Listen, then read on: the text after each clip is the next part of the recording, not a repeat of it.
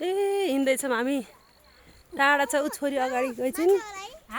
यस्तो कुलोमा पानी बगेको छ यही पानी जान्छ हाम्रो धानबारीमा हामी हिँड्दैछौँ धेरै टाढा छ सुर्खेतको स्वर्ग हो यही हो हामीहरू चाहिँ हाम्रो साथीहरू चाहिँ बिहान गइसक्नु भएको छ पिकनिक खान भनेर अनि हाम्रो समूहबाट हिँड्यो होला नि त यति लामो हिँड्यो त होला नि त छोराहरू पनि बिहान गइसके अनि अलिअलि घरको काम बुढोलाई खानासाना खुवाएर हिँड्दाखेरि हामीलाई चाहिँ अलिक ढिलो भयो हाम्रो साथीहरू चाहिँ हाम्रो लागि खाना पकाउँदै हुनुहुन्छ